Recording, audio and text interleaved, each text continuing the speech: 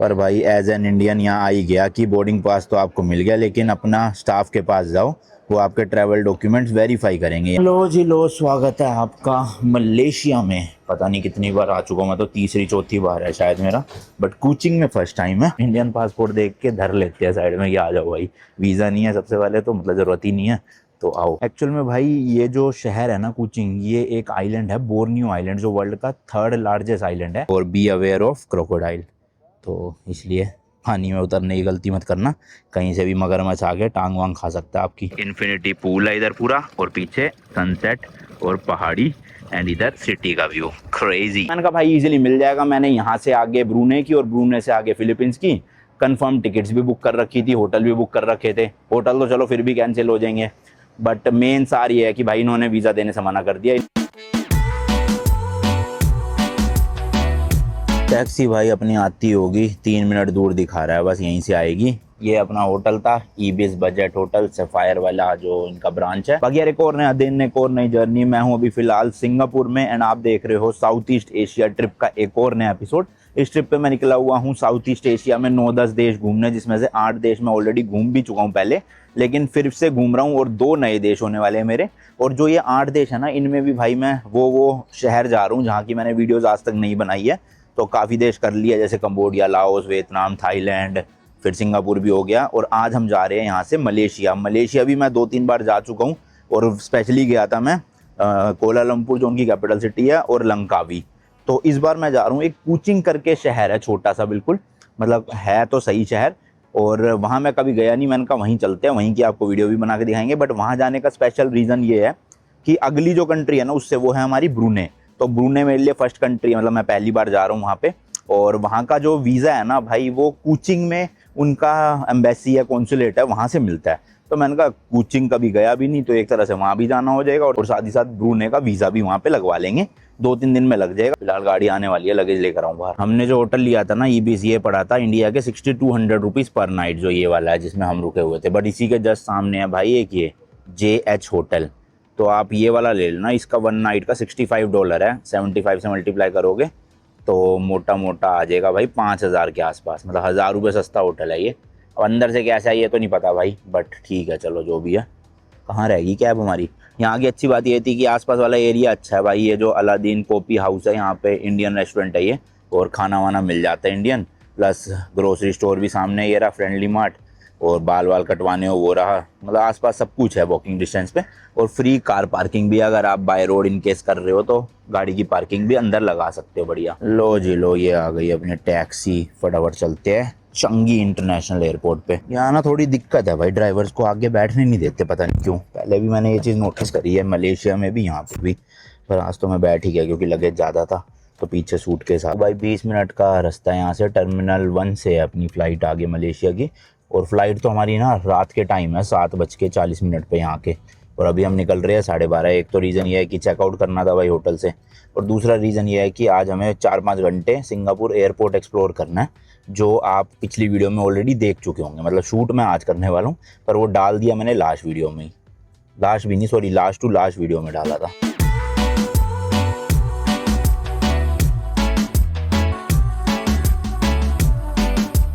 लो जी लो, पहुँच गए हैं एयरपोर्ट। T1 पे है जैसे कि मैंने बताया फ़्लाइट अपनी। भाई बाहर से इतना क्रेजी लगता है, अंदर से तो आपने खैर देख ही लिया होगा लास्ट टू लास्ट वीडियो में। एकदम तगड़ा है, मतलब वर्ल्ड के बेस्ट एयरपोर्ट में आता है। आता क्या मतलब, बेस्ट एयरपोर्ट है। तो भाई अपनी स्कूट एयरलाइन की फ़्लाइट है, तो इन्होंने ना गेट पे लिखा हुआ है कौन से गेट से एंट्री करो इस वाली एयरलाइन के लिए। तो गेट 3 पे आ गए हम सीधा। देखना भाई क्या मस्त सा एयरपोर्ट है, घुसते स्क्रीनें लगी हुई है, मस्त डिजिटलाइज करा हुआ है इन्होंने सब सिस्टम ना। इमिग्रेशन वगैरह भी डिजिटली होता है यहाँ पे, मतलब कोई इमिग्रेशन ऑफिसर नहीं होते, मशीन से ही हो जाता है। भाई अभी सिर्फ शाम के 6:20 तक की फ़्लाइट दिखा रहा है, और हमारी है 7 समथिंग की कुछ। हमें बेसिकली भाई अपने ना लगेज ड्रॉप करने हैं, जो चेकड इन बैगेजेस है ना, ताकि हम बैग दे के फिर एयरपोर्ट एक्सप्लोर कर सकें, क्योंकि बहुत बड़ा एयरपोर्ट है, तो इतने बड़े बड़े सूटकेस लेके तो घूम नहीं सकते। अब वो करे कहाँ, कैसे करे, उसको ज़रा सा देखना पड़ेगा। एक बार बैग हो जाए चेक इन, फिर आराम से घूमेंगे। लो भाई इस वाली मशीन से जो है वो अपना बोर्डिंग पास प्रिंट हो गया, और बैग के लिए टैग भी हो रहा है। पर भाई एज एन इंडियन यहाँ आ ही गया कि बोर्डिंग पास तो आपको मिल गया, लेकिन अपना स्टाफ के पास जाओ, वो आपके ट्रैवल डॉक्यूमेंट्स वेरीफाई करेंगे, यानी कि मलेशिया जाने के लिए वीज़ा वगैरह चाहिए तो वो सब देखेंगे। तो यही प्रॉब्लम होती है भाई, हमारे उसमें अर्ली चेक इन भी नहीं होता। बाकी ये लगेज टैग निकल चुके हैं, अब जरा इनको बैग में लगा के, वो सामने मशीनें देख रहे हो आप, कोई स्टाफ नहीं है, सीधा मशीन में आप अपना बैग ड्रॉप करो और घूमने निकल जाओ। तो ये देखो फास्ट चेक इन प्रोसेस है, ये पूरा डिजिटलाइज करा हुआ है इन्होंने। तो लो भाई, मशीन यूज़ करने के लिए सबसे पहले लगेज रखना है इस बेल्ट पे। इसके बाद लिखा है prepare for photo taking, passport और बोर्डिंग पास रेडी, एक्नॉलेज करते हैं, फ़ोटो लेगा। सबसे पहले बोर्डिंग पास स्कैन करवाया, फ़ोटो होने के बाद उसके बाद अब ये पासपोर्ट स्कैन करवा रहा है। चलो जी, पासपोर्ट कर दिया स्कैन। अब ये वेट कितना अच्छा यहाँ लग रहा है तराजू, ठीक है चलो 21.7 दिखा रहा है, 20 kg था वैसे अलाउड। लेट्स सी भाई, दिक्कत ना करे तो। लो भाई लो, बैग जा रहा था पर वापस आ गया एकदम से। क्यों भाई? अच्छा, दूर रहने के लिए कह रहा है भाई बेल्ट से। लो भाई, bag is will now be send to your flight. चला जा भाई, चला गया, लेट्स गो। लो भाई, दूसरा बैग डालते ही आ गया कि टोटल 40 किलो था ना, 20-20 किलो दोनों का, अब 3 किलो से एक्सीड हो चुका है टोटल। 1.5 किलो मेरा है ज़्यादा था, 1.5 इसका। अब देखते क्या करना है। तो भाई अब यही जुगाड़ कर रहे हैं कि इस वाले सूटकेस से कुछ 3 किलो सामान निकाल के इनमें भरना पड़ेगा ताकि इसका चेक इन हो सके, वरना अगर स्टाफ के पास जाएंगे तो पैसे ले लेंगे वो तो एक्स्ट्रा। बट प्रॉब्लम ये है कि जो कैबिन बैगेज है वो भी भाई 7 किलो का ही अलाउड है, वो ऑलरेडी हमारे 7-7 किलो हो रखे हैं। अब 3 किलो एक्स्ट्रा इसमें करेंगे, देखते हैं, चलो जो भी है, इसको तो भेजे पहले। चलो भाई, 18.5 किलो हो गया, यानी 1.5 किलो इसका जो एक्स्ट्रा था वो भी कम कर दिया, और 1.5 मेरा जो एक्स्ट्रा था वो भी इसमें से कम कर दिया। तो यानी 21.5 मेरा था, 18.5 ये, तो दोनों मिला के 40 हो गया। करते हैं भाई, अभी भी दिखा रहा है बाय 1 kg, मेरा एक्चुअल में 22.5 किलो है और इसका 18.5, तो 1 किलो एक्स्ट्रा बन रहा है अभी भी। अगर काउंटर पे मैनुअली भाई चेक इन करो ना, तो कभी कभी मतलब मेजोरिटी टाइम आधा 1 किलो 2 किलो एक्स्ट्रा भी होता है ना अगर लगेज, तो एयरलाइन वाले जो स्टाफ होता है वो छोड़ देता है, पैसे नहीं लेता। पर मशीन तो मशीन है भाई, ये तो 500 ग्राम एक्स्ट्रा हुआ तब भी पैसों के लिए बोलेगी, तो इसलिए इनमें थोड़ी ज़्यादा दिक्कत है। तो भाई अब एग्जैक्ट ये 17.8 कर दिया है, 17.9, और मेरा था 22 लगभग, तो 40 हो जाना चाहिए। अब सीधे देखते हैं। हो गया भाई, हो गया, फाइनली हो गया। Bye bye, tata, see you, let's go. चलो भाई, सब प्रोसेस करके फ्री हो गए। अब पूरे 7 घंटे पड़े अपनी फ्लाइट टेक ऑफ करने में, यानी कि 1-1.5 घंटा पहले भी बोर्डिंग गेट पे पहुंच जाए तो इनफ है। तो 5.5 से 6 घंटे है, हम घूम सकते हैं एयरपोर्ट पूरा। चलो जी, शूट हमारा हो चुका है। ऑलमोस्ट 5 घंटे लग गए पूरा एयरपोर्ट छानने में। हमारी 7:50 पे टेक ऑफ है फ्लाइट का, मतलब 7 बजे बोर्डिंग शुरू होएगी, और अभी इस टाइम पे 5:30 बज रहे हैं शाम के। तो देख लो भाई, हम लगभग 12:30 पहुंच गए थे और 5:30 तक घूम रहे थे। 5 घंटे में पूरा एयरपोर्ट शूट हुआ, और अभी भी पूरा नहीं हुआ। कुछ मेजर टूरिस्ट अट्रैक्शंस थी, वही हमने करी कवर, जो आप ऑलरेडी देख ही लिया होगा 2 वीडियो पहले जो भी था सीन। अब अपने बोर्डिंग गेट पे चलते हैं फटाफट से और रेस्ट करते हैं, पैर टूट रहे हैं बुरी तरह। भाई ये है अपनी फ्लाइट 7:50 पे, स्कूट एयरलाइन की कूचिंग, और गेट नहीं आ रहा यार, इसमें रो आ रही है अभी चेक इन के लिए, तो पूछना पड़ेगा इनके स्टाफ से। रो नंबर है 7। गेट का छोड़ो भाई, डिपार्चर में चलते हैं। सिक्योरिटी चेक और इमिग्रेशन तो निपटाए, फिर आ जाएगा गेट स्क्रीन में थोड़ी देर में। वैसे आ तो जाना चाहिए था, 2 घंटे ही पड़े हैं लगभग। इसमें लिखा हुआ है हम डायरेक्ट नहीं जा सकते, हमें पहले काउंटर 6 पे जाके डॉक्यूमेंट्स चेक करवाने पड़ेंगे, वही वीज़ा वगैरह का चक्कर इंडियन पासपोर्ट की वजह से। तो चलते हैं भाई, मलेशिया तो वैसे भी वीज़ा फ्री है इंडियंस के लिए, बस अराइवल कार्ड भरना होता है, वो अभी तक भरा नहीं है, वो मैं भर लूँगा थोड़ी देर में। पहले एक बार ज़रा बोर्डिंग गेट तक पहुँच जाए आराम से। भाई फालतू का ही टाइम पास था, कुछ भी नहीं पूछा, एक सवाल तक नहीं पूछा, ना कोई डॉक्यूमेंट मांगे, बस बोर्डिंग पास पे स्टैम्प मार के दे दिया। भाई इमिग्रेशन तो चुटकी बजाते ही हो गया, ना ही पासपोर्ट देखते, ना ही बोर्डिंग पास देखते, ना ही फिंगरप्रिंट देखते, बस जो मशीन लगी है वो आपकी फ़ोटो लेती है, उसी से ही आपका सिंगापुर से एग्जिट हो गया। पासपोर्ट पे ना कोई स्टैंप लगी एंट्री की, ना कोई एग्जिट की, और ये आ गया अब हम ड्यूटी फ्री एरिया। अभी तक सिक्योरिटी चेक भी नहीं हुआ भाई। सिक्योरिटी चेक शायद से, जैसे अब हमारा C13 गेट आया है, तो वहाँ पे गेट पे एंट्री करने से पहले मेरे ख्याल से वो बैगेज बेल्ट टाइप लगी होती है स्कैनर वाली, तो वहाँ होएगा सिक्योरिटी चेक। देख लो भाई, इतना मॉडर्न कर रखा है इन्होंने पूरा एयरपोर्ट अपना। तो और देख रहे हो भाई, प्राडा, ओए होए, एक से एक ब्रांड है। और अभी भाई C13 गेट के लिए भी बहुत चलना पड़ेगा, लगभग 8-10 मिनट की वॉक है, जब जाके पहुँचेंगे। तो बहुत ही ज़्यादा बड़ा एयरपोर्ट बना दिया इन्होंने भाई, क्रेजी। यहीं पे ही भाई एक कैक्टस गार्डन भी है, वो भी आप देख सकते हो, बट हम अब इंटरेस्टेड नहीं है भाई, बहुत थक चुके क्योंकि C11 C12 और आगे जाके C14 आ गया सीधा, वो देखो। अच्छा नहीं, 13 भी है भाई, हमारी मिस्टेक है। सो अब यहाँ का डिसएडवांटेज क्या है भाई कि ये बोतल में पानी वानी ये सब फिकवा देते हैं फालतू का, फिर फ्लाइट में जाके बोतल ख़रीदो। क्योंकि वैसे अगर इमिग्रेशन से पहले सिक्योरिटी चेक होता है तो आप वहाँ पानी खाली कर दो, फिर अंदर आके फिर से भर लो, लेकिन यहाँ नहीं कर सकोगे। अब आप आ जाओ भाई। सिंगापुर एयरपोर्ट का वाईफाई देखना क्या मस्त स्पीड है, डाउनलोड भी 154 Mbps और अपलोड भी दे रहा है 161। गजब ही हो गया। तो भाई ये जो मेरी फ़्लाइट है स्कूट एयरलाइंस की, ये पड़ी है अराउंड 8500 रुपीज़ पर पर्सन। 1.5 घंटे की फ़्लाइट है और सिंगापुर और मलेशिया के बीच में कोई भी टाइम डिफरेंस नहीं है। तो 7:50 पे यहाँ से उड़ेगी और कितने 9:30 पे लैंड कर जाएगी। मतलब अपने एयरबीएनबी पहुँचते पहुँचते 10:30-11 बज ही जाएंगे भाई। वैसे तो मलेशिया सेफ़ है, रात को ऐसा कोई दिक्कत नहीं है। बस वो ये टैक्सी मिल जानी चाहिए। वहाँ पे भी ग्रैब ऐप चलती है, तो एप्लीकेशन तो डाउनलोड है ही। और सिम कार्ड मैंने जो सिंगापुर से ली थी वही मलेशिया में भी चलेगी, तो कोई दिक्कत की बात नहीं है। तो फटाफट देखता हूँ भाई अपना गेट ओपन हुआ या नहीं हुआ, अंदर एंट्री लेते हैं फिर। लो जी लो, अंदर आ गए और ये खड़ी है अपनी फ़्लाइट भाई स्कूट एयर की। स्कूटी है ना शायद से, हाँ यही है, इसी में करेंगे बोर्ड। अब पूरी फ़्लाइट फुल है भाई, ठुसम ठुस। फ़्लाइट भाई डिले हो गई है 20-25 मिनट, पता नहीं शायद लेट आई थी, तो अब जाके बोर्डिंग हो रही है। लो जी लो, आ गया। फ़्लाइट तो बिल्कुल ठूसम ठूस भरी पड़ी है, बाकी ठीक है। चलो लेग रूम वगैरह अच्छा है। यहाँ पे सेम ट्रे टेबल है और इधर कुछ पुस्तकें रखने की जगह है बस। और नीचे बैग रख लिया, अंधेरा बहुत है, कुछ दिख नहीं रहा है। अब हमारी साथ वाली सीट अभी तक तो खाली है भाई। आई होप ये खाली रहे तो मज़ा आ जाएगा, ताकि मैं इसका हैंड रेस्ट उठा के आराम से बैठ सकूँ। यार वैसे तो भाई 1.5 घंटे की फ़्लाइट है, इतनी दिक्कत है नहीं छोटी फ़्लाइटों में। मतलब 1.5 घंटे की फ़्लाइट का पता भी नहीं चलता कब टेक ऑफ किया, कब ये कुछ स्नैक्स वनैक्स देते और कब ये लैंडिंग भी कर दी। हालांकि मुझे लग नहीं रहा कुछ मिलेगा खाने का, और मिलेगा खाने का तो वेजिटेरियन तो नहीं मिलने वाला। लेट्स सी बाकी।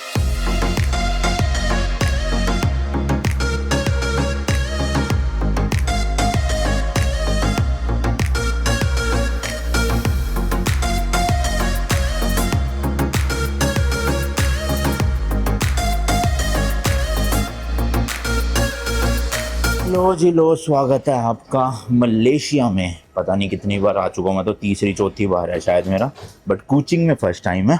कोलालमपुर अलग ही आइलैंड पे बिल्कुल, और कुचिंग अलग है। डिजिटल अराइवल कार्ड था बड़ा सिंपल सा, वो तो मैंने ऑनलाइन भर दिया था। और वीज़ा मैंने बता ही दिया था कि कोई वीज़ा है नहीं इंडियंस के लिए, मतलब वीज़ा ऑन अराइवल भी नहीं है, वीज़ा फ्री ही है। तो लेट्स सी क्या क्या पूछते हैं यहाँ पे इमिग्रेशन ऑफिसर, अभी तभी पता चलेगा, मुझे भी नहीं पता अभी तो। चलो भाई इमिग्रेशन क्लियर, लिटरली एक सवाल भी नहीं पूछा, स्टैम्प मार दिया। 30 दिन का एक तरह से, मतलब 30 डेज तक हम रह सकते हैं। मुझे भाई ऐसा लग रहा है कि मतलब शादी के होके अगर एज अ कपल आप आ रहे हो ना किसी देश में, तो बहुत कम पूछताछ करते हैं। यही अगर मैं अकेला आ रहा होता ना भाई, तो इंडियन पासपोर्ट देख के धर लेते हैं साइड में, ये आ जाओ भाई, वीज़ा नहीं है सबसे पहले तो, मतलब ज़रूरत ही नहीं है, तो आओ। ड्यूटी फ्री भी इनका तो भाई पिद्दू सा है, देखना ये आगे क्लियर करके बाहर। यहाँ पे मिल रही है सिम कार्ड, और जैसे कि मैंने बताया सिम कार्ड की हमें ज़रूरत है नहीं, क्योंकि मैंने सिंगापुर में जो सिम कार्ड ली थी वो मलेशिया के लिए भी एक्टिव है और यहाँ चल भी चुकी है मस्त एकदम। और इसके अलावा करेंसी एक्सचेंज है थोड़े बहुत, वहाँ पे भी देखो टैक्सी वैक्सी पैकेज वगैरह, कार रेंटल बुक करनी हो, तो यही सब है भाई यहाँ। तो भाई एटीएम से बस करेंसी निकलवा लेते हैं यहाँ की थोड़ी सी। वैसे तो कार्ड चल जाता है, बट फिर भी रिस्क ना ही लो तो ज़्यादा सही रहता है। छोटा सा ही एयरपोर्ट है, ज़्यादा बड़ा नहीं है। कोलालमपुर का तो बहुत बड़ा है, वो तो कैपिटल सिटी है ना। एक्चुअल में भाई ये जो शहर है ना कुचिंग, ये एक आइलैंड है, बोर्नियो आइलैंड, जो वर्ल्ड का 3rd लार्जेस्ट आइलैंड है। ग्रीनलैंड है फर्स्ट में, उसके बाद एक और है, और ये 3rd पे है। तो इस आइलैंड पे ना, ये खाली मलेशिया का ही नहीं है, ये आइलैंड एक्चुअल में मलेशिया भी है, और उस तरफ जाओगे तो ब्रूने भी है, जहाँ पे हमारी अगली कंट्री होने वाली है। तो इसलिए यहाँ से ब्रूने की फ़्लाइट बहुत चलती है, और कोलालमपुर से भी बहुत चलती है। और वीज़ा के लिए भी यहाँ पर ब्रूने की जो है वो कॉन्सुलेट है, जो हम कल सुबह जाएंगे और अप्लाई करके आएंगे। वीज़ा लग जाएगा, वैसे तो ईजी है, बट फिर भी लेट्स सी। चलो भाई 500 रिंगिट निकलवा लिए अपने इंडिया के, कुछ 12,500-13 हज़ार रुपये बनते हैं वैसे तो। अब काटेंगे कितना पता नहीं, देखते हैं। 500 रिंगिट में हो जाएगा अपना काम ना, क्योंकि ऑलरेडी होटल वोटल बुकिंग सब कुछ डन हो रखी है ऑनलाइन ही। बस यहाँ पे खाने पीने के लिए चाहिए, तो देखो ना 10-10 रिंगिट के नोट दिए, और ये 50 रिंगिट का। ये सब तो करेंसी मैं आपको बहुत बार दिखा चुका। इस तरह का 10 रिंगिट हो गए मतलब इंडिया के 250 रुपये, और 50 रिंगिट हो गए लगभग 1250 रुपये, क्योंकि एक रिंगिट 24-24.5 रुपये का चल रहा है, तो हम 25 रुपये लगा के चलेंगे, उसी हिसाब से कैलकुलेशन होगी सारी आगे की। यहाँ पे एक मुझे मैकडोनल्ड्स दिखा था पीछे, और ये KFC है। दोनों ही जगह वेजिटेरियन ऑप्शन कुछ भी अवेलेबल नहीं होते। अच्छा, सिंगापुर से कंपैरिजन में भाई टैक्सी बहुत सस्ती है। अभी मैंने ग्रैब ऐप में चेक किया, अपना जो एयरबीएनबी है यहाँ से 9 किलोमीटर है। इतना ही मैं सिंगापुर में टैक्सी लेता ना, कम से कम $22-23 बनते सिंगापुर के, विच इज़ इक्वल्स टू 2,000-2,200 रुपये। बट यहाँ पे पता है कितना दिखा रहा है, सिर्फ 10 रिंगिट, 250 रुपये, 10 गुना का फ़र्क। ग्रैब ऐप से टैक्सी बुक कर दी है, डोर नंबर 3 के बाहर आएगा वो कह रहा है, तो वो लास्ट में है डोर नंबर 3। वहीं जाके खड़े हो जाते हैं। और एयरपोर्ट तो भाई सुनसान तो नहीं है इतना ज़्यादा, बट हाँ इतने लोग भी नहीं है, ज़्यादा फ्लाइट वगैरह भी नहीं आ रही है। देखो वैसे लाइटें शूटें गाड़ियाँ वाड़ियाँ सब कुछ खड़ी है। 11 तो चलो ये आ गई है गाड़ी वाइट कलर वाली। यहाँ भी शीशे जेट ब्लैक रखते हैं लोग गर्मी की वजह से ना। भाई 10-12 मिनट का ही है अपना यहाँ से जो एयरबीएनबी है ना, एयरपोर्ट से पास ही है, क्योंकि आइलैंड भी ज़रा सही है ये। मतलब आइलैंड तो बड़ा है लेकिन कंट्री का जो पार्ट है मलेशिया कंट्री का कुचिंग, वो काफ़ी छोटा एरिया है। तो ये भाई ऑलमोस्ट पहुँच ही गए हैं, सिटी सेंटर है यहाँ का। और इस टाइम पे भी बंद ही पड़ी है चीज़ें, तो देखोगे वैसे लाइटें लूटें तो चल रही है, बट वैसे इतना कुछ चहल पहल है नहीं रात के। लो जी लो पहुँच गए हैं, ये है सोसाइटी, देख सकते हो आप। यहाँ तो मस्त लाइटें लूटें जली हुई है। तो जी ये अपार्टमेंट है अपना, स्टूडियो अपार्टमेंट जो भी बोलना चाहो। यहाँ पे गैस दे रखी है, सिंक दे रखी है, चिमनी है, इसमें बर्तन वर्तन होंगे मेरे ख्याल से। हाँ प्लेटें व्लेटें। इधर भाई बाथरूम है, जेट स्प्रे यहाँ भी मिल जाएगा, बढ़िया चलो। और शावर का हो गया, सिंक हो गया, ठीक साइज़ है। फ्रिज है, केटल है, टीवी है, एसी लगा हुआ है, टेबल है, बेड भी क्वीन साइज़ ही है। और ये विंडो है, बालकनी तो नहीं है पर हाँ नज़ारा दिखता रहेगा। पता नहीं दिन में ढंग से दिखेगा, अभी तो कुछ खास नहीं दिख रहा। तो ये टोटल भाई 4 रातों के लिए बुक किया है 10,200 रुपये का। तो इंडिया के लगभग 2300-2400 रुपये का पड़ा है अपने को। मलेशिया जैसी कंट्री के हिसाब से तो ठीक है price. Next morning. Good morning ji, good morning. Ready हो गए हैं, डॉक्यूमेंट सारे व्हाट्सएप पे रेडी कर लिया, बट प्रिंट आउट निकालने, क्योंकि ब्रूने वीज़ा के लिए ना बैंक स्टेटमेंट भी चाहिए 6 महीने की, और भी काफ़ी सारे डॉक्यूमेंट्स थे। तो एक प्रिंट आउट की शॉप मिली तो है, तो अभी टैक्सी बुक करिए फिलहाल। सबसे पहले प्रिंट आउट की शॉप पे जा रहे हैं, देन उसी से 300-400 मीटर की दूरी पे कॉन्सुलेट है ब्रूने का, जहाँ पे हमें एप्लीकेशन सबमिट करनी है अपनी। तो होपफुली भाई आज सबमिट हो जाए, क्योंकि यहाँ चाइनीज़ न्यू ईयर टाइप का कुछ चल रहा है, लूनर ईयर पता नहीं क्या दिखा रहा है गूगल पे। हालांकि एम्बेसी ओपन तो दिखा रहा है गूगल पे, बट कुछ नहीं भरोसा भाई, बंद हो रखी हो फेस्टिवल की वजह से। अगर बंद होएगी तो फिर अपना ब्रूने वीज़ा लगना इम्पॉसिबल है, फिर हमें स्किप करनी पड़ेगी ब्रूने। ये एरिया भी देखो भाई चाइना टाउन की तरह ही है, काफ़ी सारे टेम्पल्स वगैरह यहाँ पे भी चाइनीज़ बने हुए हैं। और प्रिंट आउट की शॉप आने यही है क्या, प्रिंट लिखा है शायद। लो भाई प्रिंट आउट की शॉप मिल गई है, ये रही, यहाँ से फटाफट करवाते हैं। चलो जी प्रिंट आउट का सारा काम हो गया है भाई। काफ़ी सारे डॉक्यूमेंट्स थे मेरे ख्याल से, हम दोनों के थे ना, क्योंकि तो कुल मिला के 100 से ऊपर प्रिंट आउट होंगे ब्लैक एंड वाइट, और 4-5 कलर्ड भी थे, जो ऑफिस के लीव लेटर वगैरह थे मेरी वाइफ के। तो उस हिसाब से भाई काफ़ी कम पैसे लगे हैं। मतलब टोटल हमसे चार्ज करे इन्होंने लगभग 13.5 रिंगेट, जो कि भाई लगभग आप लगाओ 300-350 रुपये होते हैं। तो बहुत सस्ता प्रिंट आउट पड़ा भाई, 100 पेज के 350 रुपये, मतलब 2.5-3 रुपये पेज पड़ा अगर कलर का भी हिसाब लगा लोगे। अब तो इंडिया में भी कुछ दुकानों पे 5 रुपये प्रिंट आउट होता है ब्लैक एंड वाइट, और कुछ दुकानों पे 1 रुपये भी होता है। तो उस हिसाब से ठीक है मलेशिया, मतलब टैक्सी भी सस्ती है और प्रिंट आउट भी सस्ते हैं। और प्रिंट आउट की शॉप से अराउंड 400 मीटर की दूरी पे ही कॉन्सुलेट है ब्रूने का। तो पैदल पैदल जा रहे हैं, होपफुली बस खुला मिल जाए, वरना सारी मेहनत बर्बाद जाएगी। तो वो बिल्डिंग है ना भाई, रिवर बैंक स्वीट्स करके, तो उसी बिल्डिंग में है। नीचे ही भाई 7-Eleven भी है, ये रहा। और ये देखो बोर्ड लगा हुआ है नीचे, आप देखोगे 3rd नंबर पे, कॉन्सुलेट जनरल ऑफ ब्रूने दारुसलाम। तो यहीं कहीं अंदर जाके। A few minutes later. भाई कभी कभी लगता है दुनिया की सारी फूटी किस्मत ना मेरी ही नसीब में लिखी हुई है, कभी कभी, हमेशा नहीं। भाई इतना इजी वीज़ा था ब्रूने का, मेरे से पहले कई लोग लगवा चुके हैं, जैसे अपने परमवीर भाई है, पैसेंजर परमवीर, उन्होंने यहाँ से लगवाया, 2 दिन में मिल गया, उनका भी इंडियन पासपोर्ट था। फिर नोमैडिक इंडियन है दीपांशु भाई, उन्होंने यहाँ से लगवाया, और भी कई यूट्यूबरों ने यहाँ से लगवाया है, और सबने अभी 2025 के एंड में नवंबर दिसंबर अक्टूबर इसी में लगवाया है। तो मैंने कहा भाई इजीली मिल जाएगा। मैंने यहाँ से आगे ब्रूने की और ब्रूने से आगे फिलीपींस की कंफर्म टिकट्स भी बुक कर रखी थी, होटल भी बुक कर रखे थे। होटल तो चलो फिर भी कैंसिल हो जाएंगे, बट मेन सार ये है कि भाई इन्होंने वीज़ा देने से मना कर दिया। इन्होंने कहा कि जो लोग यहाँ रहते हैं मलेशिया में उन्हीं का वीज़ा देते हैं। तो मैंने कहा मेरे कई दोस्त लगवा चुके हैं, वो भी इंडियन पासपोर्ट है। कह रहे नहीं 2026 में हमने अभी तक किसी को भी वीज़ा नहीं दिया और हम नहीं दे सकते। अब जब भाई कॉन्सुलेट वाले यही बोल देंगे तो मैं उनसे लड़ूंगा, बहस करूंगा थोड़ी। अब उन्होंने मना कर दिया तो फिर क्या कर सकते। कह रहे इंडिया जाओ, दिल्ली में एम्बेसी है, वहाँ से अप्लाई करो। अब दिल्ली से हम इसलिए अप्लाई करके नहीं आए क्योंकि भाई वो पासपोर्ट जमा करवाते हैं, और हम जस्ट शादी होते ही निकल गए अपनी, तो इसलिए वहाँ पे टाइम था नहीं वीज़ा अप्लाई करने का। क्योंकि सिंगापुर का वीज़ा अप्लाई करा, उसमें भी पासपोर्ट गया हुआ था 3-4 दिन के लिए। फिर मैंने कहा ब्रूने जब यहाँ से मिल ही जाएगा तो इंडिया में क्यों अप्लाई करना। पर गलती चलो हो गई, इंडिया से ले लेना चाहिए था, स्टिकर वीज़ा लगता है। हाँ अब मेन नुकसान है, यहाँ से ब्रूने की फ़्लाइट कैंसिल करनी पड़ेगी, ब्रूने से फिलीपींस की कैंसिल करनी पड़ेगी, और यहाँ से फिलीपींस की डायरेक्ट करनी पड़ेगी नई बुक। क्योंकि फिलीपींस से आगे हमारी और भी कंट्रीज़ है, बाली वगैरह, तिमोर लेस्टे। तो सैड न्यूज़ है, बट ठीक है, क्या कर सकते हैं, हम नुकसान हो भाई। छत पे इसी सोसाइटी में इन्फिनिटी पूल है, फ्री ऑफ कॉस्ट है, जो भी यहाँ रह रहे उनके लिए। बस आपके पास स्विमिंग कॉस्ट्यूम होनी चाहिए, टी शर्ट और शॉर्ट्स में नहीं कर सकते। देखो बैठने का भी है मस्त एकदम। अभी धूप निकल रही है तो पानी गरम गरम सही होगा, मैंने कहा इसी टाइम चलते हैं। अच्छा है कोई भाई पानी में। तो इधर देखो इन्फिनिटी, मतलब किनारे पे आप जाओगे तो पीछे पूरा ऐसे सिटी का व्यू दिखता है। हालांकि आपको लग रहा होगा यहाँ से गिर जाओगे, बट आप गिरोगे नहीं, इसके पीछे भी एक फ्लोर और होती है। तो मस्त है ना भाई व्यू। तो चलो थोड़ी देर स्विमिंग करते हैं।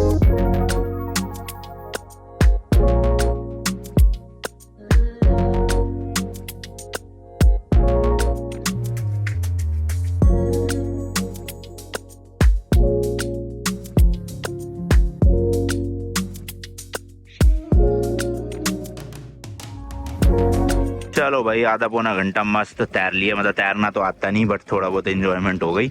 और सनसेट देखो भाई क्या मस्त लग रहा है यार।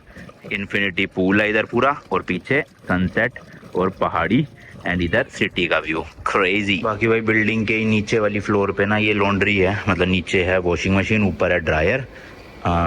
10 किलो का ड्रायर है, शायद 13 किलो की वॉशिंग मशीन है ये देखो। तो इनमें सिक्के डलते हैं, और सिक्के कहाँ से ले सकते हो आप, इस तरह की मशीन है, इसमें अपना नोट डालो और सिक्के आ जाएंगे। तो अभी हमने 2 मशीन में तो लगा दिए कपड़े धुलने के लिए, अब तीसरी में और डालने हैं। अपना सिंपल है, कपड़े लोड करो, इसको बंद करो, यहाँ पे वॉशर लिखा है, वॉशर वाले में सिक्के डालते रहो। 7 सिक्के डालने होते हैं, यानी 7 रिंगेट, और आपका एक वॉशिंग साइकिल कर देगा वो 36 मिनट की। देखना भाई बिल्डिंग में यहाँ पे सब कुछ है लिटरली, रेस्टोरेंट भी, कैफ़े भी, थिएटर भी है। बताओ कहाँ से लग रही है, नॉर्मल बिल्डिंग है या सोसाइटी टाइप, सब कुछ दे रखा है। जिम भी है, ऊपर स्विमिंग पूल भी दिखाया मैंने आपको, ये देखो डेकोरेशन मस्त है। तो भाई बड़े दुख के साथ अपने अपार्टमेंट वापस आए, नहाए धोए रेडी हो गए, और अब थोड़ा सा एक्सप्लोर करते हैं। हालांकि कोचिंग में इतना कुछ है नहीं घूमने का, हम तो जस्ट वीज़ा के लिए आए थे कि जो मेरी वाइफ है उनके पासपोर्ट में एक तरह से मलेशिया का भी स्टैंप लग जाएगा कि हाँ हम घूमे हैं, और साथ ही साथ ब्रूने का वीज़ा ले लेंगे। बट ब्रूने का वीज़ा तो मिला नहीं, बट कोई नहीं। लोग बड़े अच्छे हैं भाई, क्योंकि ये जो नीचे रेस्टोरेंट है ना बिल्डिंग के, यहाँ पे क्या है, कैशलेस है। कैशलेस मतलब कार्डलेस भी कैशलेस भी, ना तो ये कैश लेते हैं ना ही आपसे कार्ड लेंगे। इनका कुछ यूपीआई जैसे स्कैनर चलता है, टच एंड गो करके ऐप है कुछ, उससे आपको पे करना पड़ता है, और वो हमारे पास ऑब्वियसली है नहीं।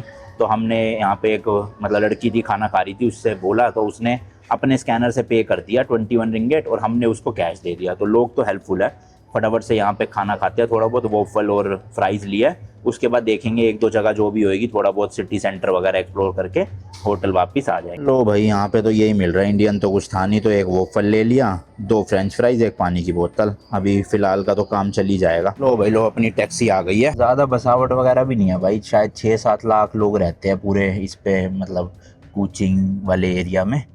और इस तरह के देखो फ्यूल स्टेशन है, पेट्रोनास। ऑस्ट्रेलिया ट्रिप के वक्त हमने बहुत फ्यूल भरवाया यहाँ, और मलेशिया में शायद पेट्रोल सस्ता भी था, जहाँ तक मुझे याद है 45-50 रुपये लीटर था, पता नहीं, बाकी भूल गया मैं अब। ये देख लो अगर दिख जाए तो। ये भाई यहाँ का एक कोई म्यूज़ियम है, पता नहीं यहाँ सब चीज़ें ना 4:45 पे बंद होने का टाइम दिखाता है गूगल पे, मतलब 5 बजे से पहले पहले ऑलमोस्ट चीज़ें बंद हो जाती हैं यहाँ। तो अभी इंटरेस्ट तो था नहीं हमें कुछ ऐसा म्यूज़ियम में, तो इसलिए जो फर्स्ट लोकेशन है वो हम जा रहे हैं, वाटर फ्रंट। मतलब यहाँ की सबसे मेन टूरिस्ट अट्रैक्शन वही है। खैर इतनी टूरिस्टी सिटी है नहीं है, बट स्टिल जो भी है, ज़्यादातर टूरिस्ट वहाँ जाते ही जाते हैं। पहुँचने वाले हैं मेरे ख्याल से, अपने होटल से 2-2.5 किलोमीटर था सिर्फ, तो पास ही है। अब लो जी लो, पहुँच गए हैं कुचिंग वाटर फ्रंट पे। और इसी के आसपास भाई चाइना टाउन भी है, यहीं कहीं पे जाके एक इंडिया स्ट्रीट या लिटिल इंडिया करके भी जगह है, और एक कारपेंटर स्ट्रीट है। तो 3-4 जगह आसपास ही है ये सारी। और ये भाई सामने बोर्ड सा भी लगा हुआ, इस तरफ आप देख सकते हो। तो जो टूरिस्ट है भाई देखो यहीं पे ही देखने को मिलेंगे, और पूरे शहर में हमें कहीं भी कोई फॉरेनर नहीं दिखा। देखो वहाँ भी थोड़े बहुत लोग हैं, तो बस यही देखने आते हैं भाई। मैं बताया ना, इस सिटी में कुछ ऐसा है नहीं खास, हम तो स्पेशली वीज़ा के लिए आए थे, जो हमारा लगा ही नहीं। यहाँ कुछ तो शायद से कॉन्सर्ट या म्यूज़िकल इवेंट टाइप का होगा मेरे हिसाब से, या हो चुका होगा पता नहीं, क्योंकि देखो यहाँ भी लग रहा है, और बादल आ रखे भाई तगड़े। अभी हल्की हल्की बूंदे टपकी तो थी, मुझे लग रहा है तेज़ बारिश आएगी शायद। तो ये भाई ब्रिज है, यहाँ से एंट्री है, और ऐसे घूम घूम के देखो ऊपर से आप पूरी रिवर क्रॉस कर सकते हो। तो चलते हैं यहाँ पे और थोड़ा सा बात भी करते हैं भाई कुचिंग के बारे में, क्योंकि ये बिल्कुल ही मलेशिया से हटके है ये मलेशिया का ही टेरिटरी बट एक अलग आइलैंड पे है भाई। यार देखो क्रोकोडाइल के इन्होंने स्टैचू से बना रखे हैं मुंह खोल के, और ये जो एक्चुअल में रिवर है ना भाई इसके अंदर रियल क्रोकोडाइल्स भी है। और यहाँ पे लिखा भी हुआ है आवास मतलब डेंजर, मतलब यहाँ की लैंग्वेज में डेंजर को आवास बोलते हैं, और बी अवेयर ऑफ क्रोकोडाइल। तो इसलिए पानी में उतरने की गलती मत करना, कहीं से भी मगरमच्छ आ गए टांग वांग खा सकता है आपकी। हालांकि भाई बोटिंग पता नहीं कैसे कर रहे हैं इस नदी में, इतने क्रोकोडाइल होने के बावजूद भी देखना लोग मस्त बोट्स में घूम रहे हैं। और क्रूज़ भी चलती है एक, पता नहीं सुबह के टाइम चलती है रात के टाइम, देखो वहाँ खड़ी है बोरी, तो ये भी आप कर सकते हो। बट अब इतने देशों की भाई क्रूज़ कर ली और इस ट्रिप पे भी ऑलरेडी एक क्रूज़ कर चुके हैं, तो अब जाने का मन नहीं था, हमने सोचा ऐसी थोड़ी सी बस वॉक कर लेंगे आके और इनफ है। बाकी रात के टाइम भाई इस ब्रिज पे ऐसे लाइट्स वाइट चलती है, बड़ा मस्त सा लगता है। यहाँ पे भी कुछ शो वगैरह होता है लाइट्स का, तो पता नहीं आज होगा कि नहीं होगा क्योंकि बारिश के पूरे आसार है। बस एक वॉक ले लेते हैं ऊपर पहले चल के फटाफट से उस तरफ के लिए, और ये सामने जो बिल्डिंग है यहाँ चलते हैं थोड़ा सा, ये देखो लिखा भी हुआ है। और भाई ये जो रिवर है ना इसका नाम है सुरावाक रिवर। अब लिखा तो SARA जाता है बट गूगल पे जो प्रोनाउंसिएशन है उसमें बोल रहे हैं सुरावाक, ऐसे बोलते हैं। और ये बोट आ गई भाई, ये देखो रिवर के उस तरफ आपको दिखेगा अस्ताना पैलेस, बड़ा बड़ा लिखा भी हुआ है अस्ताना करके। और ये और लिखा है कुछ पंज कलान सापी, यहाँ की लोकल लैंग्वेज में शायद। भाई मलाई लैंग्वेज में ना कुचिंग का मतलब होता है कैट, इसलिए इस सिटी को सिटी ऑफ कैट्स भी बोलते हैं। और जगह जगह पे आपको ना कैट्स के स्टैचू देखने को मिलेंगे बड़े क्यूट क्यूट से। भाई बारिश शुरू हो ही गई है, बूंदाबांदी थोड़ी तेज़ हो गई, तो अभी ब्रिज के ऊपर ये शेल्टर सा बना हुआ है, यहाँ चले जाएंगे अगर बारिश तेज़ हो गई एकदम से ना। ये देखो यहाँ पे लाइटें लगी हुई है जो ब्रिज को पूरी रात के टाइम पे ऐसे मस्त रंग बिरंगा बना देती है। इस तरफ भी लग रही है, इस तरफ भी लग रही है ना। और जैसे कि वीडियो के स्टार्टिंग में मैंने आपको बताया था कि ये जो कुचिंग सिटी है ना बोर्नियो आइलैंड पे है, जो कि मेनलैंड मलेशिया से थोड़ा हटके है। मेनलैंड मलेशिया का मतलब हो गया कोलालमपुर वगैरह। और ये आइलैंड ना भाई वर्ल्ड का 3rd लार्जेस्ट आइलैंड भी है, और ये खाली मलेशिया के अंडर नहीं है, इसी में ही ये कुचिंग सिटी भी है और इसी में ब्रूनेस देश भी है जहाँ पे हम जाने वाले थे लेकिन वीज़ा मिला नहीं अपने को। तो इसलिए कुचिंग से ब्रूने की फ़्लाइट बहुत छोटी सी है और चलती है काफ़ी, मतलब आप देखोगे तो ब्रूने जाने की शायद कोलालमपुर से फ़्लाइट है और कुचिंग से फ़्लाइट है, और कहीं से मेरे को तो दिखी नहीं, होगी तो पता नहीं भाई। अच्छा खासा एरिया बना रखा है भाई, ऊपर भी है, मतलब नीचे से छोटा लग रहा था, ऊपर आके पता चल रहा है एक्चुअल में काफ़ी बड़ा एरिया है। यहाँ से मस्त पूरी रिवर दिख रही है। क्रोकोडाइल ढूंढने की कोशिश करी हमने बट भाई पानी इतना मैला है, चाह कर भी दिख नहीं रहा कुछ भी अंदर का। तो होंगे वैसे क्रोकोडाइल जब लिखा है तो, बट हमें नहीं दिखे वैसे अपनी आंखों से। और बोट्स वगैरह देखो बारिश की वजह से अब साइडों में आ गई है भाई, उधर भी सामने खड़ी है काफ़ी बोट्स, सबने ढक दी है। बाकी इस तरफ से कुचिंग की बिल्डिंग्स दिखती है, जैसे सामने हिल्टन होटल है, ये देखो और भी काफ़ी सारे होटल दिख रहे हैं पीछे की साइड में, तो मस्त है भाई। यहाँ पे ना आवाज़ भी गूंज रही है, देखो हेलो हेलो सिर्फ ये सेंटर पार्ट में गूंज रही है, इधर उधर जाने पे नहीं गूंज रही, शायद से ये डोम का स्ट्रक्चर ऐसा बना रखा है, मस्त वाइब्रेट होके आ रही है रिवर्स में। हाँ तो मैं कह रहा था भाई काफ़ी ना मतलब ये शांत शहर है, काफ़ी स्लो लाइफ दिखी मुझे यहाँ पे एज़ कम्पेयर टू कोलालमपुर। मतलब कोलालमपुर प्रॉपर एक कैपिटल सिटी है तो उस हिसाब से ट्रैफिक भागम दौड़ टूरिस्ट बहुत सारे, लेकिन यहाँ इतनी भीड़ भड़का नहीं लगा। तो अगर आप थोड़ा सा टाइम स्पेंड करना चाहते हो ऐसे शांति में नेचर के बीच में, वेदर भी ठीक ठाक सा है, तो आप कुचिंग को प्रेफर कर सकते हो। वरना एज सच भाई घूमने के लिए तो यहाँ कुछ नहीं है मतलब ना ही आना तो ज़्यादा बढ़िया है, वैसे शांति चाहिए तो थोड़े दिन के लिए विजिट कर सकते हो। कुचिंग के लैंड एरिया की बात करें तो भाई अराउंड 431 स्क्वायर किलोमीटर में फैला हुआ है, और पॉपुलेशन आपको बता ही चुका हूँ मैं 6 से 7 लाख लोग रहते हैं। मेजॉरिटी लोग यहाँ पर इस्लाम धर्म को फॉलो करते हैं। लैंग्वेज की बात करें तो वैसे मलाई लैंग्वेज यहाँ पे चलती है, बट जनरली सब लोग इंग्लिश बोल भी लेते हैं और समझ भी लेते हैं। स्पेशली कोलालमपुर में तो बहुत स्मूथ समझ लेते हैं, यहाँ भी ऐसा दिक्कत आएगी नहीं आपको अगर आप इंग्लिश में बातचीत करोगे। और ये जो सुरावाक स्टेट है ना उसका फ्लैग कुछ इस तरह से दिखता है, आप देख सकते हो।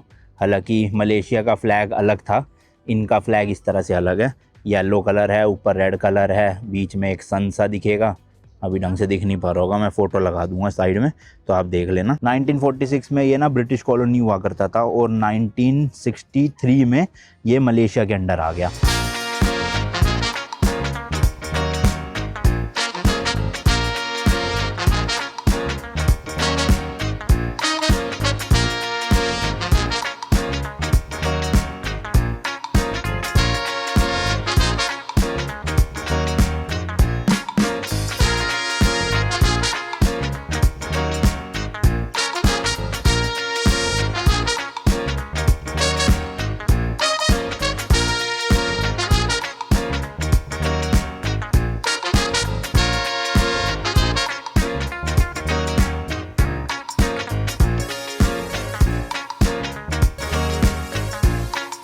तो भाई इस तरफ चल के आए हैं, यहाँ पर एक ये बड़ा सा लिखा हुआ है आई लव कुचिंग, और पीछे देखो प्लांटर लगा रखे हैं इन्होंने, मतलब है तो कुछ पर उसमें कुछ उगा नहीं पड़ा, गमले से उसमें तो पानी टप टप कर रहा है भाई। इस तरफ बाकी वॉशरूम बने हुए हैं और एक ये दुकान है कुछ खाने वाने की, खाली सा पड़ा है, मतलब है ही नहीं कोई ज़्यादा लोग वो। बाकी इस तरफ तो भाई बेंचेस वगैरह बने हुए हैं बैठने के लिए ना, ये रिवर के पास में, तो थोड़ी देर यहीं टाइम स्पेंड करते हैं, फिर चलेंगे वापस उस तरफ और जो भी है लिटिल इंडिया वगैरह वो एक्सप्लोर कर लेंगे। वहीं पे शायद इंडियन रेस्टोरेंट्स भी होंगे तो खाना पीना भी हो जाएगा थोड़ा बहुत। भाई ये यहाँ की है फेमस इंडिया स्ट्रीट, जैसे मैंने आपको पिछले देशों में भी दिखाई थी लिटिल इंडिया इंडिया स्ट्रीट होती है, चाइना टाउन होता है हर देश में, ऐसी ये कुचिंग का इंडिया स्ट्रीट है। बट इस टाइम पे भाई सारी दुकानें ऑलमोस्ट बंद हो चुकी है शाम को, सुबह जल्दी खुलती है 8 बजे 8:30 बजे, और शाम को 5 बजे तक ऑलमोस्ट बंद कर देते हैं। तो ये देखो कुछ कुछ जगह तो खुली हुई है, काफ़ी चीज़ें मिल रही है, अलग अलग कारपेट्स वगैरह मिल रहे हैं, वो देखो और भी कुछ चीज़ें मिल रही है,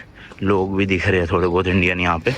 बट वैसे ओवरऑल देखोगे सब कुछ बंद ही पड़ा है, इधर भी सारी शॉप्स बंद पड़ी है, इधर भी देखो काफ़ी सारी ये जो अपना टेक्सटाइल वगैरह की शॉप से बंद है। और मेन पता है क्या है मेरे को लगा अजीब कि ये इंडिया स्ट्रीट तो है बट यहाँ पे इंडियन रेस्टोरेंट नहीं है भाई, अब ये थोड़ा सा वो लगा। ये देखो इंडियन मॉस्क लेन है हमारे पीछे, मतलब राइट साइड में ये बनी हुई है, ये देख सकते हो आप। ये थोड़ा बहुत खाने का है बट मेरे को वेज तो नहीं लग रहा। कुचिंग में ना इंडियन रेस्टोरेंट्स है तो बट मतलब इतने कुछ खास लगे नहीं मुझे जब अभी हमने जो ट्राई करे। तो एक तंदूरी पैलेस करके है, वहाँ जाएंगे, वहाँ देखेंगे कैसा है। यहाँ से थोड़ा सा दूर है, 1-1.5 किलोमीटर दूर। हमें लगा यहाँ आएंगे यहाँ मिल जाएगा, चलो आइसक्रीम मिल रही है आइसक्रीम ही खा लेते हैं। ये तो खुला हुआ है भाई, आइसक्रीम टी एंड कॉफ़ी। भाई इंटीरियर वगैरह बड़ा क्यूट सा बना के रखते हैं ये देखो। तो हमने आइसक्रीम ली है ये वाली आइसक्रीम चॉकलेट वाली, 2 रिंगेट की है, यानी कि इंडिया के 50 रुपए की। ये तो चलो वॉफल है, कोन में बना के देंगे ये रे, इस तरह की मशीनें लगी हुई है। तो सस्ता ही है कुचिंग ना, मैंने बताया आपको खाने के मामले में, मतलब 2 रिंगेट 50 रुपए में आइसक्रीम मिल रही है। यही सिंगापुर होता भाई 300-400 रुपए की मिल रही होती, और अच्छा खासा साइज है, ये देख सकते हो आप। थैंक यू, मस्त है एकदम। ये देखो भाई इस तरह की रॉयल सी वो चेयर भी मिल रही है यहाँ पे, अभी हालांकि बंद है दुकान। ज़्यादा लंबी नहीं है स्ट्रीट, मतलब हार्डली 500-600 मीटर की होगी। ये एक और है स्टोर, ये देखो। बाकी ये स्ट्रीट देखो भाई कितनी वाइब्रेंट सी है, ऐसे कलरफुल सी बिल्डिंग है, और सामने वो देखो। तो अच्छा एरिया है भी काफ़ी, पर वही अगेन भाई सब कुछ बंद पड़ा है। तो भाई चलते चलते दूसरी तरफ आ गए, और अभी सामने जाके राइट लेंगे तो आ जाएगी कारपेंटर स्ट्रीट। वहाँ पे बता रहे हैं एक करी हाउस करके कोई रेस्टोरेंट इंडियन, लेट्स सी खुला है कि नहीं खुला। ये पहुंच गया भाई चलते चलते चाइना टाउन के एंट्रेंस में। मेरे को तो ये भी बंद सा लग रहा है भाई, देखो अंदर कोई ना तो दुकानें खुली है ना कुछ, और हालांकि सामने एक रेस्टोरेंट है लीव्स करके, ऑथेंटिक इंडियन कुजीन लिखा है, देखते हैं ये खुला है कि नहीं खुला, वरना इस तरफ कहीं जाके कारपेंटर स्ट्रीट आएगी वहाँ देख लेंगे। अच्छा नहीं भाई यही कारपेंटर स्ट्रीट है, और इसी रेस्टोरेंट का नाम है करी हाउस, लीव्स करी हाउस। तो यही वो बता रहे थे, पर हमारे जो टैक्सी वाले थे ना वो कह रहे थे कि ये इतना ऑथेंटिक इंडियन खाना नहीं है जितना तंदूरी पैलेस में है। तो देखते हैं इनका मेन्यू क्या है, वरना कहीं और से खा लेंगे। बाकी लग तो ये भी भाई बिल्कुल ख़त्म ही रहा है, खाली खाली सा, कुछ नहीं है, देखना दूर दूर तक सारा सुनसान सा हो गया। तो छोड़ो भाई, मैं सोच रहा हूँ टैक्सी पकड़ के तंदूरी पैलेस ही चलते हैं, अच्छे से प्रॉपर खाना खाते हैं, उसी के रिव्यू अच्छे हैं। इसके तो रिव्यू भी पता नहीं कैसे होंगे, देखे नहीं। ये देखो भाई यहाँ पे इस तरह के टेम्पल्स भी बने हुए हैं, अब ये तो खुले हुए हैं। और तंदूरी पैलेस मिला है अपने को इसी रोड पे 500 मीटर आगे जाके, तो थोड़ी बहुत चीज़ें खुली हुई है, बाकी ऑलमोस्ट बंद ही है ये पूरी कारपेंटर स्ट्रीट। और कुछ खुला हो ना खुला हो, हर देश के बाहर जरूर खुले होते हैं भाई। और भाई ये वो वाला टेम्पल है जो अभी हम सुबह वीज़ा के लिए गए थे ना, रास्ते में मैंने आपको दिखाया था, तो उस टाइम तो ये खुला हुआ था, इस टाइम देखो बंद कर रखा है। और देख रहे हो भाई सब ड्रैगन वगैरह पिलर पे बने हुए हैं, मतलब डिटेलिंग में काम है तगड़े वाला। बाहर भी बना हुआ है इस तरह का एक स्ट्रक्चर, और एक ये बना हुआ है, यहाँ पे अगरबत्ती जलाते होंगे शायद। बाकी मेन टेम्पल ये है, और डेकोरेशन हो रखी है वो सारी। ये देखो भाई बिल्डिंग्स पे ग्राफिटी भी करी हुई है अलग अलग, है तो बढ़िया एरिया ये, मतलब सुंदर सी है, काफ़ी वाइब्रेंट सी। एक ये बिल्डिंग देखो भाई मस्त सी लग रही है, एंड वो ऊपर देखोगे भाई एक चर्च भी दिखेगा आपको, और कितनी मस्त एंट्रेंस है इसकी, देखना ऐसे चढ़ के जाना है, और पूरे पत्ते ही पत्ते हैं। तो इस लाइन में है वो इंडियन रेस्टोरेंट, चलते हैं वहाँ से। लगभग आधा किलोमीटर चल के आ गया भाई, सब कुछ ही बंद पड़ा है शाम के टाइम, तो क्या चक्कर है, सुबह ही खुलता है क्या? और ऐसा नहीं वीकेंड है वीकडे है आज, तो तब भी सब कुछ बंद हो गया इतनी जल्दी। देखो हालांकि गाड़ियाँ वाड़ियाँ तो है रोड पे, बट दुकानें बंद है सारी। और देख लो भाई आइकिया भी है इस आइलैंड पे, क्या बात है। ये आ गया भाई सामने रेस्टोरेंट। अरे यहाँ भी लीव्स लिखा हुआ है, क्या मतलब है इसका लीव्स का, देखना, जबकि रेस्टोरेंट का नाम है तंदूरी पैलेस। तो चलते हैं भाई, क्या क्या मिलता है देखते हैं यहाँ पे चल के। भाई खाने में ना इंडियन चीज़ें काफ़ी है तो, बट वेजिटेरियन में पनीर नहीं है, जैसे सिर्फ है ब्रिंजल मसाला, यानी कि बैंगन की सब्जी है, आलू गोभी है, तो आलू गोभी ले ली हमने यहाँ पर। बाकी नॉन वेज में तो चिकन टिक्का वगैरह जिसको खाना है वो मिल ही जाएगा सब कुछ। और बिरयानी, वेजिटेबल बिरयानी मिल गई, वो हमने पैक करवा ली रात के लिए। बस इसके अलावा नान वगैरह है, और तो कुछ नहीं है सच। प्राइजेज़ भी मतलब ठीक सही है, देखोगे आप। आलू गोभी 12.9 की, यानी कि इंडिया के लगभग 350 रुपये की है, 300 रुपये के आसपास, 300 350, तो सस्ता ही है देखा जाए सब्जी के मामले में। और नान दिखाऊँ आपको तो प्लेन नान है लगभग 150 रुपये का, और बटर नान है लगभग 180 रुपये का। तो ठीक है, मतलब महंगा नहीं है इतना, जिस हिसाब से हम पिछले कुछ देशों में खा के आ रहे हैं महंगा, स्पेशली सिंगापुर में। और यहाँ लिखा भी हुआ है भाई, एक्सपीरियंस दी ऑथेंटिक इंडियन फ्लेवर। अब वो तो खा के ही पता चलेगा ऑथेंटिक है कि नहीं है भाई, पर मिल रहा है यहाँ पे, एटलीस्ट यही अच्छी बात है। लो जी, आ गई है आलू गोभी, साथ में प्याज और साथ में बटर नान। चलो खाते हैं। चलो भाई वापस आ गया अपार्टमेंट में। बाकी इस वाले व्लॉग के लिए इतना ही रखते हैं, मिलता हूँ जी नेक्स्ट वीडियो में। Till then good bye and as always तीखे रास्तों पे नहीं पड़ना फीका।